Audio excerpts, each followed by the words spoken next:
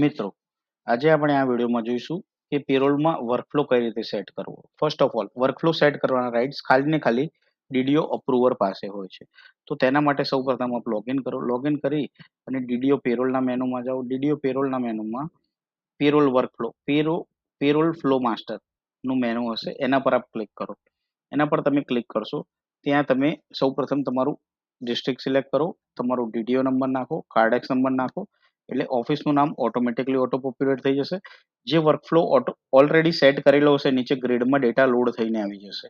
હવે તમારે જે પર્સનનો વર્કફ્લો સેટ કરવાનો છે, એને રોલ આપવાનો છે, એની સૌપ્રથમ તમે પોઝિશન નાખો. અહીંયા સિસ્ટમ એ જ પોઝિશન બતાવશે જે તમે ઉપર ઓફિસ નાખી એની સાથે મેપ હશે.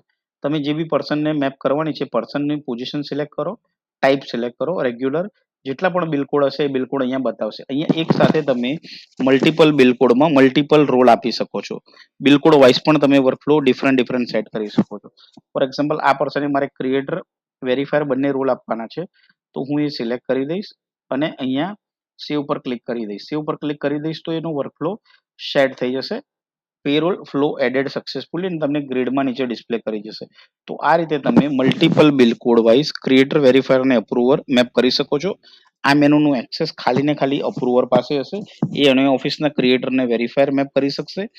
જ્યારે ક્રિએટર ને વેરીફાયર મેપ કરશે ત્યારે એના મેનુ અને એનો રોલ એને ઓટોમેટિકલી અસાઇન થઈ જશે.